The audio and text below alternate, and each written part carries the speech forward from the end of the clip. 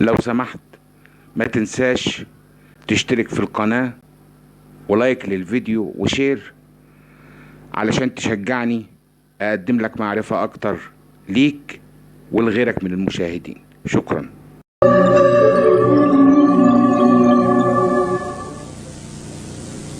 How in the world did you ever get involved in praying to demon spirits? Well, when I came out of the Navy after World War II, I was looking for take up a trade in Montreal, Canada. And at that time, I ran across a fellow that had been on a particular ship with me. And he said, "Hey, Mورنو, you're alive. How nice to meet you." He says, "Let's have dinner tonight." I said to my boss, "Can I have the evening off?" Because I was the assistant to the Windsor bowling alleys and billiard, you know. It's the high-class place in Montreal where all the dress manufacturing people go and relax. So I got the evening off and I went out, we went out and had dinner. He told me, "Hey, I got something fantastic to tell you." He said, "I am affiliated with people that speak with the spirits of the dead. How would you like to talk to the spirit of your dead mother?" And I was shocked. I was shocked. He said, "You wouldn't be afraid of talking to the spirit of your dead mother, would you?" Well, I said, "I'll tell you what, I would have to give that some thought because it's something I never thought about before in my life." Most of us probably haven't. A little afraid of something like that. Well, he says, you know, it's written all over your face. You're afraid of going to a seance. But he says, "I know you. You're going to come." And then he started telling me how brave I was when I was aboard ship, you know, different things. He says, "You're not the same man. You're changed. You're chicken." That's all I needed to hear. I said, "When do we go to a seance?" So one Saturday evening, we were in the place. It was our first time. Very beautiful place. A medium was a lady. She had a gorgeous new home in Montreal. And there were about 20 invited guests there. I wish I was one of them. And she communicated with the spirits for different people there. And telling them what the spirit said. And then there was one lady that had been talking almost continually before the seance started, and she didn't believe in the dead appearing and all of this and all that. And she said, "Well, I would have to see my dead sister," she says, "to believe it." So while the seance was going, one man said, "I would like to talk to my friend that died 6 months ago, but I don't want him to appear. Just want to talk to him because he says I don't trust you talking to my friend for me." So the medium says, "Let me inquire of the spirit." "Yeah, the spirit will talk with you."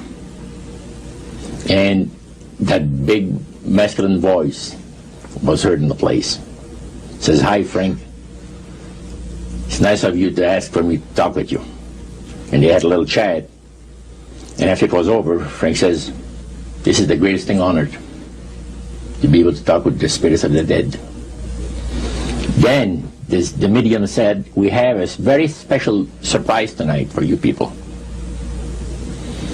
A spirit will manifest itself openly here in a few minutes. And it's like a big gust of wind hit the building. And right through the wall." Now the lights weren't terribly bright, but they were like living room lights. A couple of floor lamps and maybe some of these. And that translucent being seemed to come right out of the wall. How did you feel right at that moment? It's almost like my heart stopped a little bit. You know, very weird feeling. It was a lady in a beautiful evening gown, swirling. And she said to Mary, "My dear sister, you are so wonderful to have asked for me." And Mary fainted and fell right off her chair on the floor. And a couple of guys jumped up and pick her up, and spirit gone. And that was the beginning of it. That's how you got into it. Yeah, that's the way I got into it. After a while, you see, there's something interesting about the human mind. You can adjust to an awful lot of stuff. You can adjust to a lot of things that would terrify you to begin with. After a while, they become common and ordinary. So you mean contact with the supernatural can become commonplace and ordinary and doesn't bother anybody? Yeah. In other words, the more that you do it, you're not uncomfortable. That's it's right. just not an uneasy feeling. Yeah. So how did you feel about it? Then I got into a secret society that worshiped the spirits, you see. Well, now how is that different from the seance, Roger? It happens that the seance are not involving in many ways. But when you get into a secret society of spirit worshippers, then, and especially when you're invited there by the direction of the higher-ups in the spirit world, you never get out of there alive. And this is exactly what my friend and I were up against. We didn't know anything about it. And there was a very, very popular big band leader. Jazz musician? band, yeah. Very famous, played a lot in Montreal, Canada, Vancouver, the big cities. And one night we went to one of these seances, and he was with his wife. Now the spirits had told him what to do. Spirit told him, there's two of these guys, give the names, and your wife will want to talk, will make it so that your wife will want to talk to the medium when you say that you want to go home because you're tired. As soon as you see that these guys are starting to want to leave, then leave with them at the same time. And as you get outdoors, you ask them if they're driving. They'll say, no, they're going to take the tramway a couple blocks away. Well, you invite them to get in your car with you, and that you will take them to a fancy restaurant and treat them to some good food and talk about the merchant navy. And that's what the guy did. And there we were in this plush restaurant, pulled into a little alley, and I can still see it like it was yesterday. Just enough room to pass the car, back alley, that happened to give on a restaurant that was on St. Catharines Street, which is the main street of Montreal. And that was quite an evening. So Roger, you're at this restaurant. What happened? Well, after we were seated, in entering there, the place was just full, packed tight. But there was a couple of tables against a wall that had a reservation sign on it.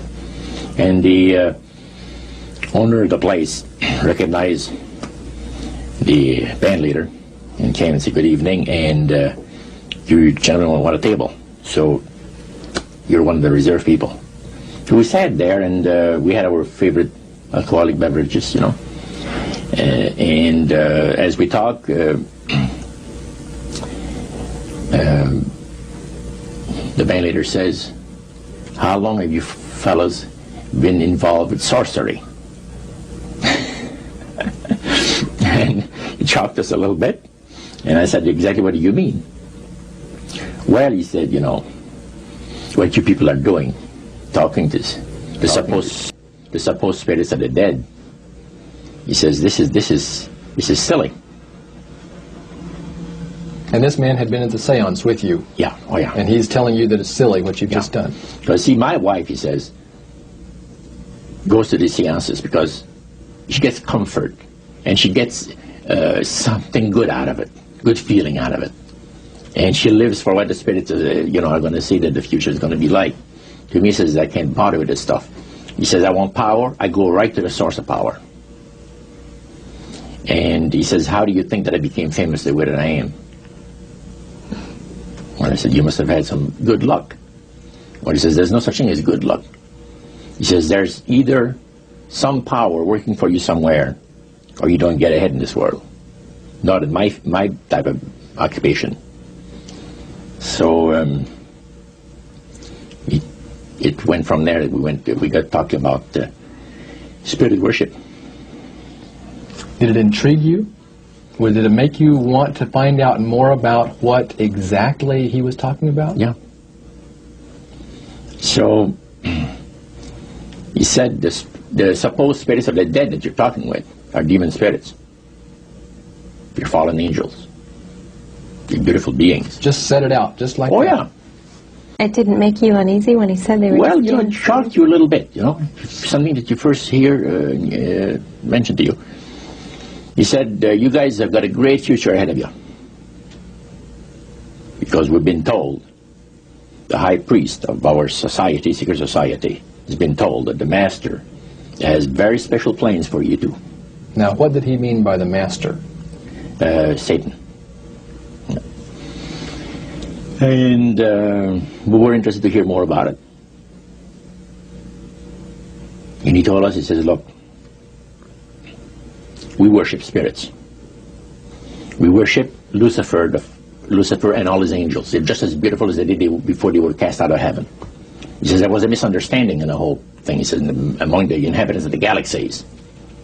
And he says our master was misunderstood. And God did not bear with him like he does with people that make mistakes today. So we're in a warfare, good against evil. And we happen to be the evil ones, but we're not that bad. He says, I look at this business between the forces of good and evil. He says, you believe in one person believes in God, and everyone believes in Lucifer. It's like politics. So the great controversy is real. And you've heard someone talk about it that's on the other side. And to these people, they are sold to the fact that Christ will not return to this planet with power and great glory. He's going to abdicate all claims to the planet, because the high priest once said that Christ will abdicate all claim to the planet because he knows that it is lawfully and rightfully Satan's. And at that time he says, Lucifer, you mentioned Lucifer a lot of times, but they mention Satan also. He says, the master, usually they like to talk about the master will resurrect his people from the graves. Now, George is telling you all this, or the high priest? George. Okay, when the evening wound down, and you're putting a cap on all that, you guys had consumed some alcohol. Yeah. And did you feel like that there was kind of a one-shot deal? You didn't know if it ever happened again? What happened after that? He said, no, I said, listen, guys. He said, I like to have you, he says, meet some of our people. What about next week, Wednesday evening? I'll pick you up at your place, and you're invited to one of our services. Services? Like a church service? Yeah, something similar to that. It's a testimonial to the spirits, about how the spirits have blessed your life. See? So, when we left there, I said to myself, this guy's half drunk. I'm not going to hear from him again, you know. But it was true. Wednesday night came, he was there with his big Lincoln, step in, and we went to one of the most beautiful area of Montreal. And the place was a mansion. Now, a mansion is usually very large. We call this a small mansion. It was beautiful. Most beautiful place. Yeah. Roger, your friend George took you and Roland to this mansion where people worshipped the demons. What was it like there? What kind of people were there? Well, it was a big surprise for me, as I kind of made up in my mind an idea that they were going to be rough-looking characters. But as we entered the place, I was amazed to see that they were all very well-dressed, well-mannered, and that a lot of the people, as we were being introduced to people, were professionals, doctors, attorneys, a lot of business people. And see what they had? They had a praise session to the gods, which is the spirit counselors, which are in charge of legions of spirits, of demon spirits. And they talk about what the Lord of their lives has done for them, because they call on particular spirits, like the god Nehushtan, which you read in 2 King about the Israelites worshipped the golden serpent that Moses had made. Well, behind the spirit worship, behind that, they were worshiping the serpent. They were actually worshiping this spirit Nehushtan. And the same spirit Nehushtan is, the priest was telling us, that the medical doctor that was telling us how he was making operations that had never been made before because people had to be awake, have no feeling. He was able to, carry on the surgeries that had not been done before. But the spirits would give that capacity to be able to operate without people feeling any pain and things. And also without no problem with the blood, because as he would cut his incision, because his incisions, everything open and with no blood running. So he could do the work that has not been done before.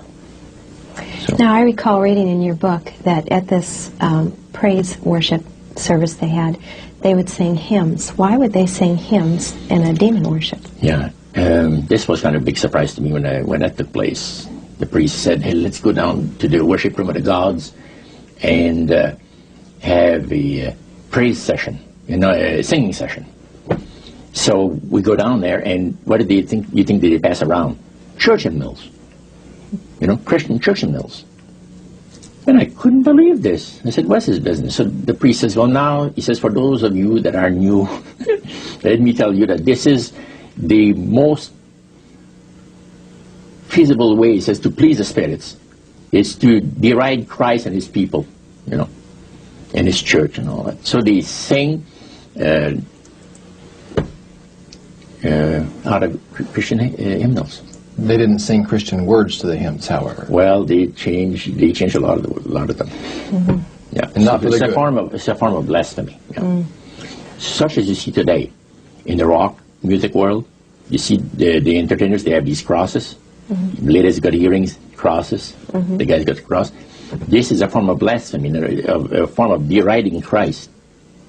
You see, spirits cause the people to do that, to find pleasure in wearing this type of emblem, which is the cross is the emblem of the crucifixion of Christ to the Christians.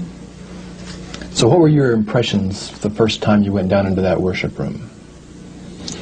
Well, it was, we'd been there maybe half a dozen times, and the high priest told us after the meeting was over, he wanted to talk to us, my friend and I. So after most people had left, he says, the master of my life has revealed to me that it is time for you people to become acquainted with the worship room of the gods. Well, we started to move toward a beautiful grand staircase. Beautiful. The banister was huge. It was massive, and the wrought iron work that they had done in it was super.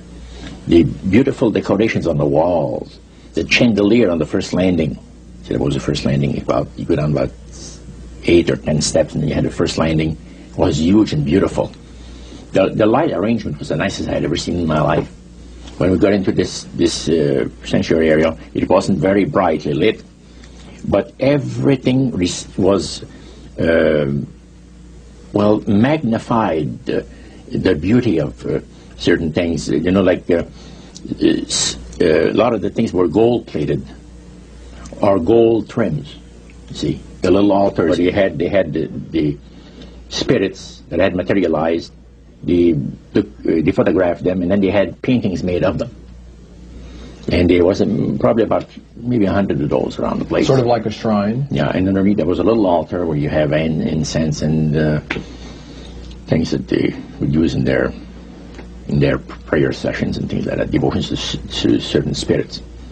And some of the objects in there, the priest said, were solid gold. It was a unique experience to see that. So how did you feel when you walked into that room? I felt that these people had power, and they had a lot of it. Did that attract you? Yes and no. You had mixed feelings about it? I had mixed feelings about it, yeah. Because to a certain extent, things looked so good and sounded so good to us. But you see, I'd been brought up in a Christian home where my parents had told us we were 8 children in the family, and especially the older ones, you know. My dad says, well, you know, if you get involved in wrongdoing, you're going to have to pay the price. There's always a cost for everything in this world. So this thought kept creeping into my mind. Just how far you go with these spirits before we start paying the price. See? So it made you just a little bit nervous. Oh, yes. But yet you kept going back. Oh, there was no way out. Because that's what we're told. You knew at that time. Yeah. So you were moving forward more on fear. More on fear, yes. Because the high priest said that the master had special plans for us in our lives. And that no one ever went into this society unless they were invited by the spirits. See, so that was made very clear. And he also expressed to us the danger, explained to us the danger of going against the will of the spirits. And he mentioned about this one man and his wife that live in a fireproof building in Montreal. The place burned right down within a minute. He was one of their members that had decided that, well, he wanted to think things over. He was not going to get initiated at a time that the spirit said he would like him to be initiated into the society. So in reality, Roger, you were chosen by high-powered demon spirits to be a part of their human, special, privileged group. You see, these people in Montreal, the society, like the priest mentioned, there's thousands of spirit worshippers, you know, in different societies of spirit worshippers in this world. But he says, we are the elite. We know the real truth about the master and his angels. And they are not hideous-looking beings. They are gorgeous creatures. And from the paintings that they had on the wall of the walls of that worship room, they were unique beings. Especially there was a painting full size, full-length painting of the fallen Lucifer above his altar, and that was very fascinating because he looked like a man of great intellect, high forehead, the way that he looked with his eyes, the way he had the eyes looking. It gave you a depth of perception of somebody that is very, very knowledgeable and powerful. Powerful, yeah. So Roger, this high priest that you talked about, he is the one that ushered you down into the worship room. Was he also the one that led out in the praise sessions that you talked about? Yes, and he had an assistant also, another priest. Okay. Now, when you would go to these praise sessions, what kinds of things happened at those sessions? Well, there's a lot of success stories. Positive mental attitude kinds of things? Well, yes, a lot of success stories. The masters has done this for me and that for me. I remember one lumber dealer, he had like half a dozen different operations in the province of Quebec. And everything that he touched seemed to turn to money. You know? And he was telling about it. And then there's this other person that was a clairvoyant that would work only for the wealthy people, only for the super wealthy. He says, I have the know-how, they have the means, let them pay. So he advised in business transactions. They would come to him and say, listen, I look at this deal that I might get, you know, this factory or whatever it is, because this person was interested in industrial real estate, see. And he would talk to the spirit, and then the spirit was audible to him. See, you could hear the spirit talk to him, but the man did not hear. So the spirit was telling the clairvoyant what, well, he called himself an astrologer, reading the moons and the stars, and, you know. Now, what was the term you used for his title, this man? Clairvoyant. Clairvoyant. Oh, clairvoyant. Clairvoyant. Yes, and it was interesting. This person stood up and says, I had a nice little experience last week. And he says, the master, he says, they take care of you. This lady and her husband brought him, to this astrologer, a bundle of money. They said, this is the deal that you... And he works at only on percentages. Only on percentages. He doesn't work for set amounts of money. Only percentages of what the people are going to make. So he said they brought me a substantial amount of money. And they were very happy with it, and I thought it was very reasonable. But then my guide, Spirit, says, ask them when they're going to give you the other $1,700 that is really yours. And he says to the folks, I would like to know now, before we leave here, when will you have the $1,700 to give me? That makes up my part of, rightful part of the deal. The wife fainted, and the husband says, we'll have the money for you in 24 hours. So that was this type of priest. So he was thanking the demons for helping him to know that. Oh, yeah. Demon spirits, yeah. At what point did this demon worship start to affect you personally, Roger? Well, it wasn't too long that the priest mentioned to us that the time had arrived for us to start trusting the spirits and give the spirits a chance to work for us. And there was a number of gifts that you could choose from, you see. And I used to play the horses, some. Not knowledgeable at all. I used to go to those bookies, play the horse every so often. But I said, hey, I would like to be able to, for the spirit to instruct me on the numbers and the name of the horses that's going to win, at Belmont or some other racetracks like that. Make myself a little money. So the priest says it'll be given you. And sure enough, one night whether I fell into a trance or dreamed the thing, I don't know exactly what happened, but I saw 3 races that were really going to pay big. And these horses were dummies, so to speak. You know what I mean? They were not really good horses. They were like one horse paid 21 to 1 because he was that poor, right? The chance of winning was so poor that they paid 21 to 1 on him. And it showed me I saw the board at the bookie and the number on it. And I went there, and they said it was going to be on Saturday. That was like on Wednesday. A few days later, it was Saturday. I went there, and sure enough, there they were on the boards. I went to the wicket and handed some money and got myself a winner. Now I said, well, I'm crazy. I ought to put more money on there, so I put $20 onto the next horse, and that paid 21 to 1. So I left there with maybe $400 or $500 in my hands, and I started to do that. In this case, I went directly down to the finest men's shop on St. Catherine Street and bought myself a $200 suit. And in 1946, a $200 suit was... In 1946, people used to work at the RCA Victor, where I had worked before I went to the Navy, for $18 a week. Mm-hmm. And the good earners were $75 to $50 to $75 per week, for labor. So the demon spirits looked on you so favorably, they began to help you win in your gambling. Then I went to other bookies, you see. And one day, I am told of the man at the cage, where you do your bet. He says, my boss would like to talk to you. And he said, you go right through that door over there. Oh, sure. So I know the guy says, come on in. The guy's sitting behind the big desk, smoking the big cigar. So he says, you're Roger.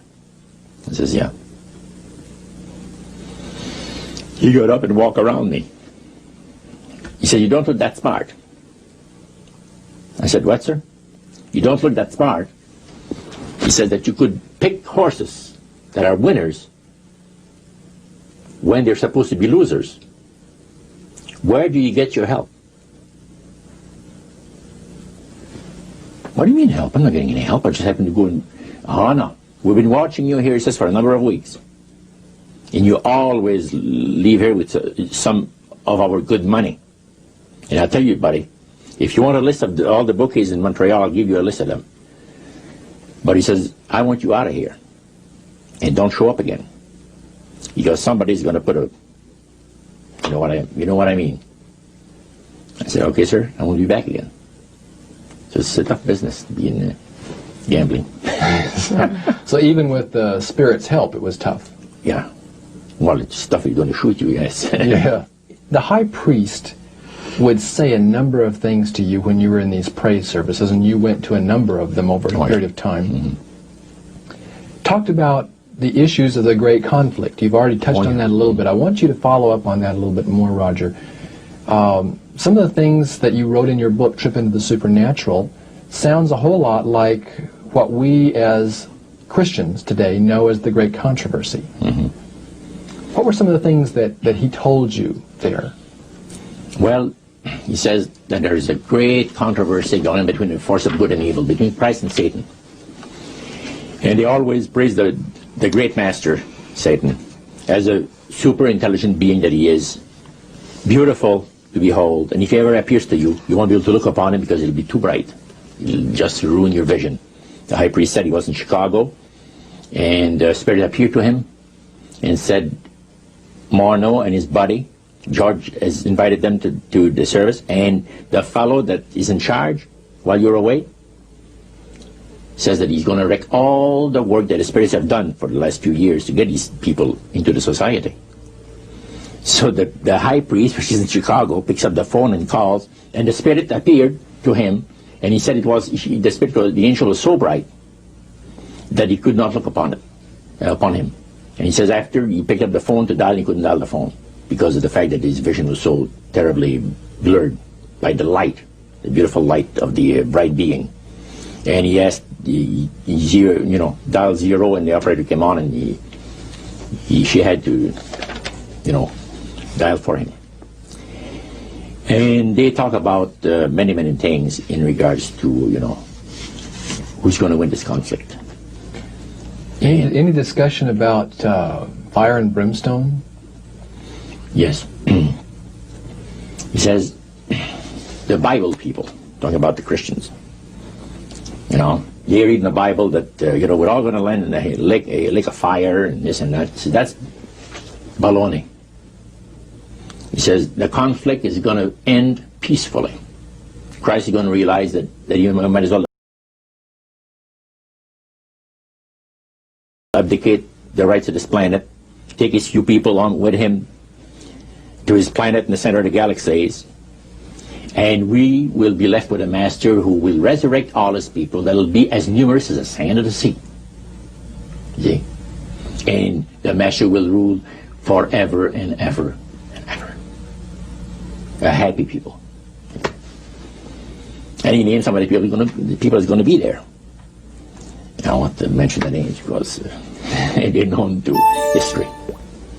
Yeah. So that was quite impressive. Did you always feel, Roger, that these people were telling the truth?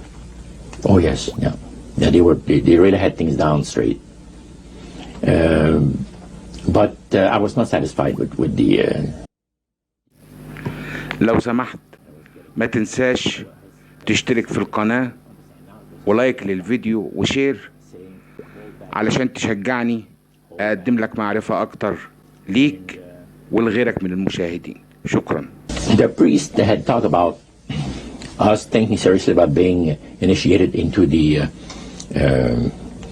cult. Right. So they let you come to sort of take a look, see, yeah. But you can't go back for several months. Oh yeah, it's not a matter of whether you're going to be initiated or not. It's when. Okay. You see? So they begin to press you for a commitment.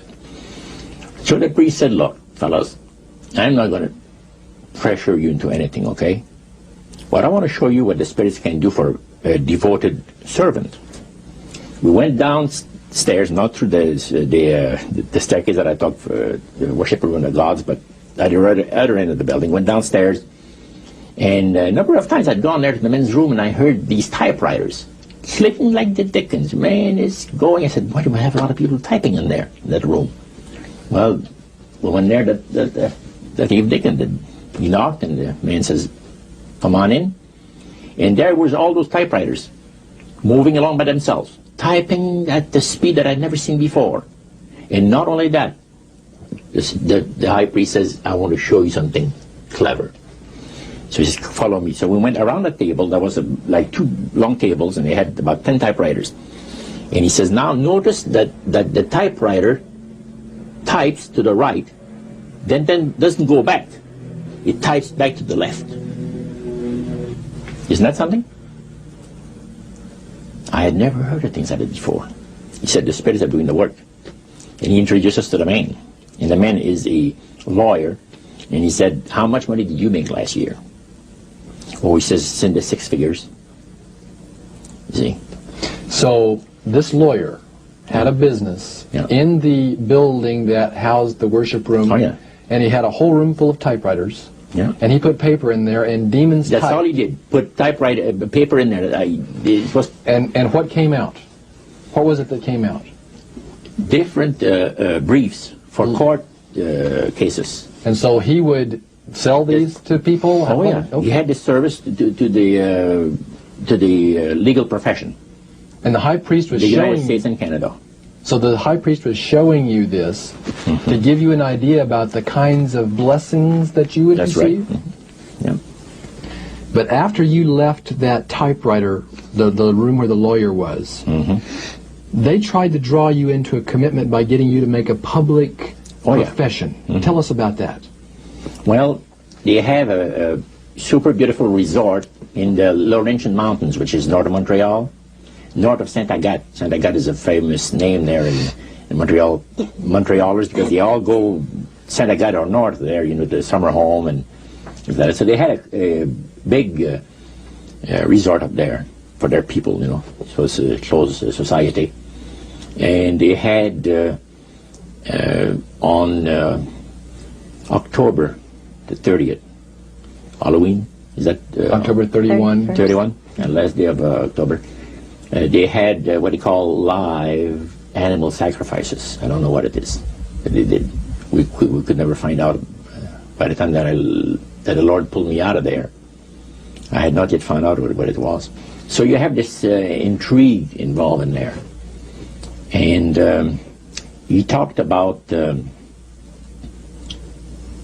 three very unique services that I attended there that sit on my mind forever. One was entitled Christian Idolatry.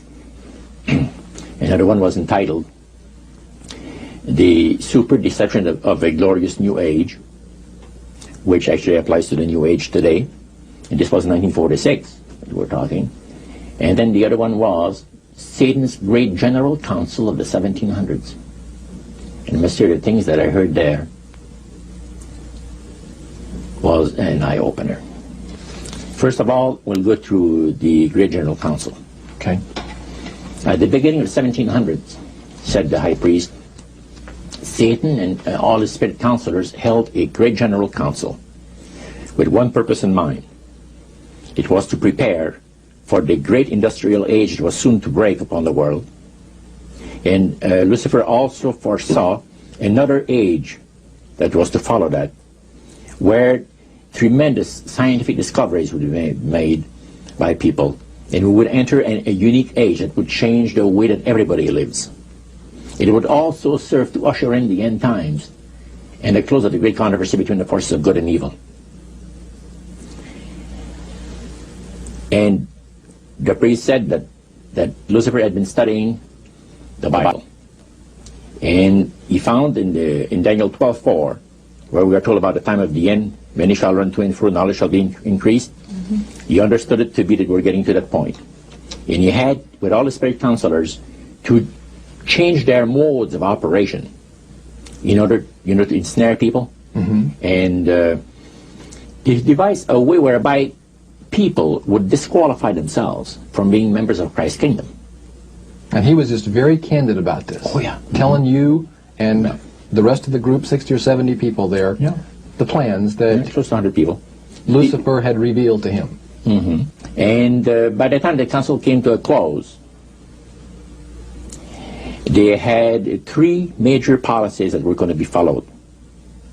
First, they were to see to it that humans would be made to believe that Satan and his angels do not really exist.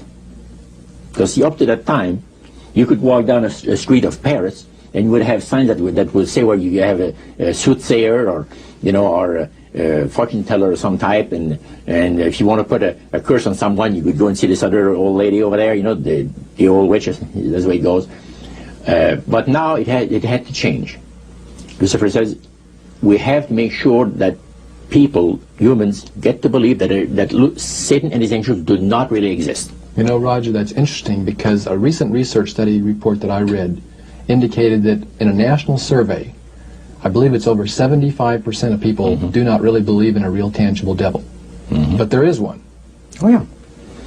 Now, the next thing, the three-parts policy that they had adopted there, the second one was to find a way of being able to get total control of people's minds. And that would be done by taking hypnotism out of the realm of the occult and introduce it as a new science for the benefit of mankind. So part of what the high priest told you was Satan's strategy to take total control of people's minds. They felt that by taking hypnotism out of the realm of the occult and introducing it as a new science for the benefit of mankind, they could then use people of great renown, educators, people of capacity, that would do great things, such as supposedly regress people in time to former lives that they had. And of course, after the session is over, the person would not know a thing about ancient history, and the person that she or he has talked about. لو سمحت ما تنساش تشترك في القناة ولايك للفيديو وشير علشان تشجعني أقدم لك معرفة أكتر ليك ولغيرك من المشاهدين. شكرا.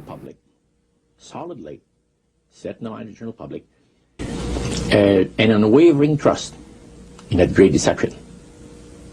In other words, people could, they would believe it. This person was hypnotized, was regressing time to, former lives, and did this and did that, and no deception. Maybe Alexander the Great, we'll say, and some of his generals and people like that. And the person, after the session is over, comes out of hypnotism, and he or she doesn't know what she's talking about. So now this would be a way of de-Christianizing the Western world through the avenue of mysticism. Now the time came when Lucifer decided that he had to choose a person to initiate this thing. And Franz Mesmer, which was an Austrian physician, was chosen. Because the priest told you all of this? Oh yeah, okay. Because he was most capable.